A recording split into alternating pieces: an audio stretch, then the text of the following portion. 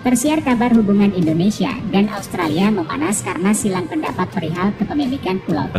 Pulau Pasir letaknya sekitar 320 km dari lepas pantai barat laut Australia. Sementara jaraknya dari Rote Endau hanya 170 km.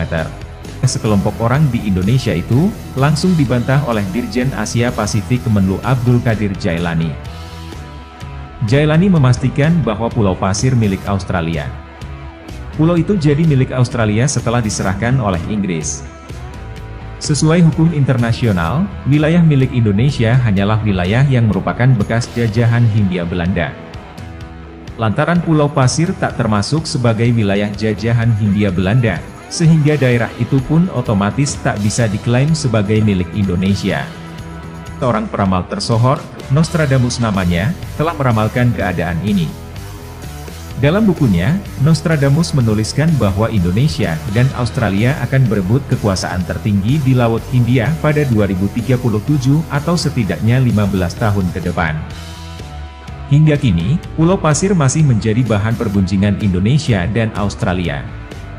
Di pulau ini ada makam leluhur orang Rote, tapi faktanya pulau itu bukan milik Indonesia.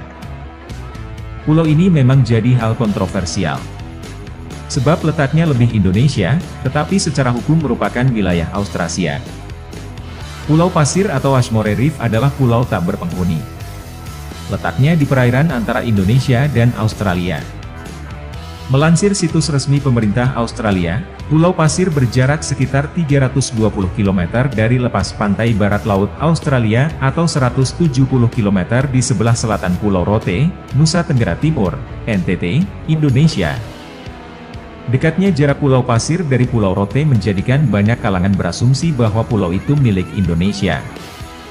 Akan tetapi, pulau ini tak akan mungkin menjadi milik Indonesia, karena telah masuk dalam wilayah Australia sejak hampir 1 abad silam.